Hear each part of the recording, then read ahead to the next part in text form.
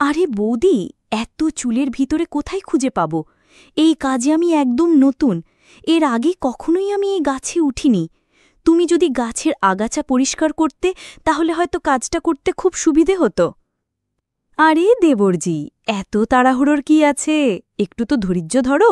তোমার দাদা তো বাড়িতে নেই, অনেক সময় পাবে। আজ রাতটা তোমাকেই দিব। তোমার শক্তি আর গুড়ের রস পাড়ার পরিচয় নিব আজকে। দেখব তোমার গাছে ওঠার ধরন, কেমন পারো তুমি গাছে উঠতে। এভাবেই কথাগুলো বলছিলেন অঞ্জলি তার দেবরকে। বন্ধুরা, কেনই বা অঞ্জলি তার দেবরকে প্রতিদিন রাতে তার ঘরে নিয়ে গিয়ে গাছে ওঠার শক্তির পরিচয় নিতেন, তা শুনলে তোমরা অবাক হয়ে যাবেন।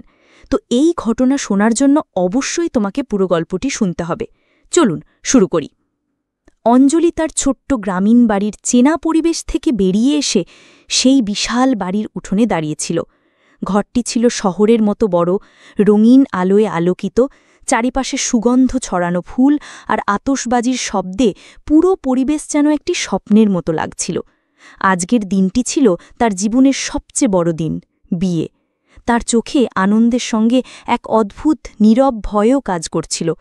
ছোটবেলা থেকেই সে স্বপ্ন দেখত, ভালোবাসা, সুখী সংসার, শান্তি।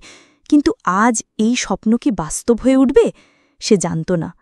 বিয়ের অনুষ্ঠানে অতিথিরা সবাই আনন্দে মেতে উঠেছিল। আত্মীয় স্বজনের হাসি, শুভেচ্ছার ধারা, বর ও কনের জন্য সাজানো মধুর মঞ্চ, সবকিছু যেন এক কাব্যিক দৃশ্য।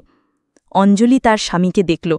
লোকটি ছিলেন শহরের নামি দামি পরিবার থেকে, অত্যন্ত ধনী, রুচিশীল।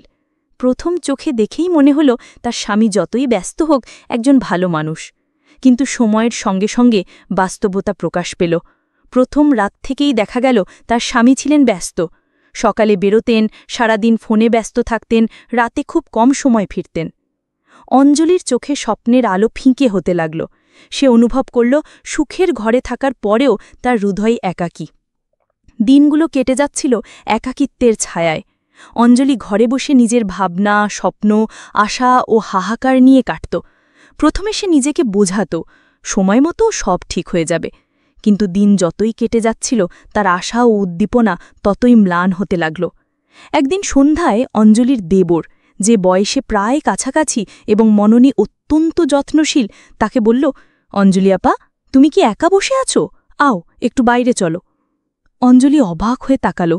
কেউ কি তাকে আজ সত্যি বোঝে? সে বেরিয়ে গেল। ছাদে বসে তারা আকাশের দিকে তাকাল। আকাশে নক্ষত্রগুলো যেন তাদের কথা শুনছে, চুপচাপ তাদের অনুভূতি ভাগ করছে। আমার মনে হয় তুমি একা। তুমি ঠিক বলছ, দেবর হেসে বলল। অঞ্জলি ধীর স্বরে বলল, হ্যাঁ, কখনো কখনো মন খারাপ লাগে।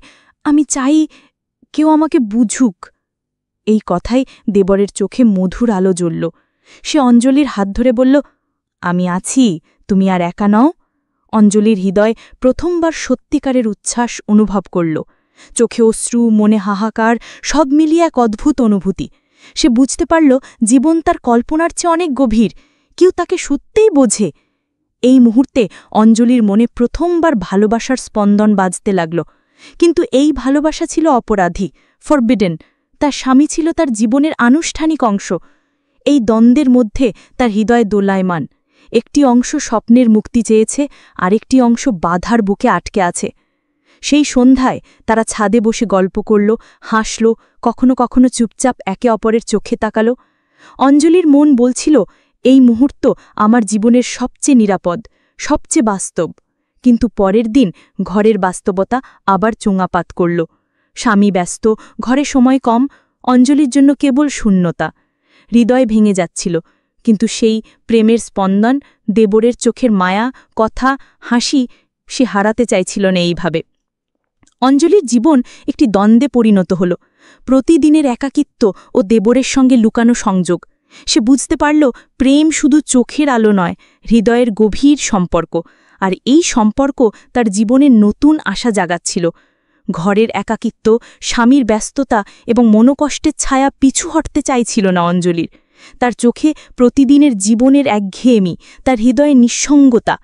কিন্তু সেই শূন্যতায় আলো ছড়াল দেবরের উপস্থিতি। দেবর তার কাছে আসলো আরও বেশি সময় কাটাতে।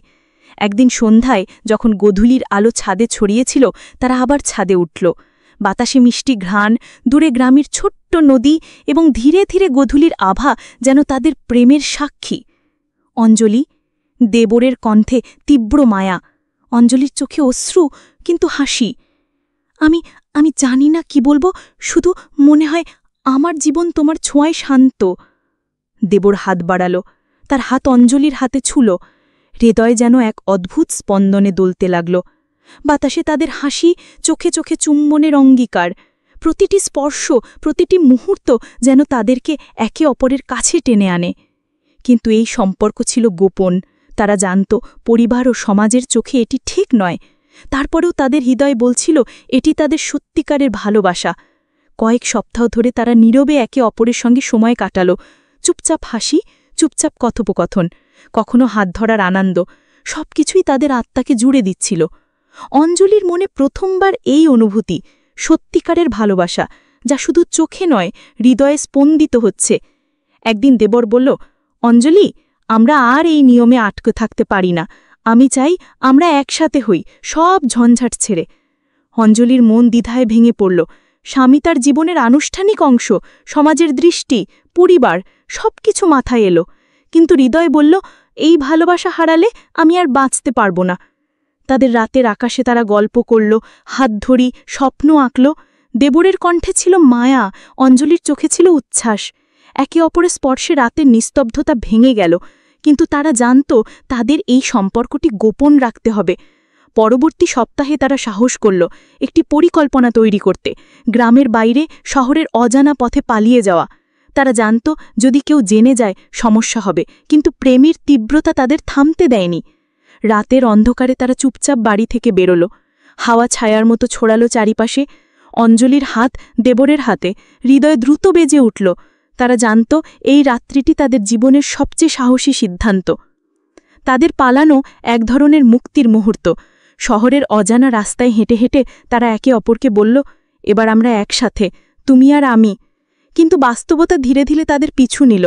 পরিবারের খোঁজ, সমাজের চাপ, সবকিছুই ছিল সামনে। তারা জানত এই সম্পর্কের জন্য তারা শুধুমাত্র নিজেদের নয়, সবকিছুকে ঝুঁকিতে ফেলেছে। অঞ্জলির হৃদয় উত্তেজনার ভয় দুটি অনুভূতির মধ্যে দোলাচল করছিল।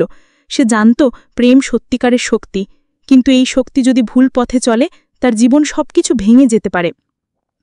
অঞ্জলি আর দেবরের পালানো শুরুর কিছুদিন ছিল স্বপ্নের মতো, মুক্তি, একে অপরের সান্নিধ্য, রোমান্টিক মুহূর্ত। কিন্তু গ্রামের মানুষ খবর পেয়ে গেল, পরিবার তোলপাড় হয়ে গেল।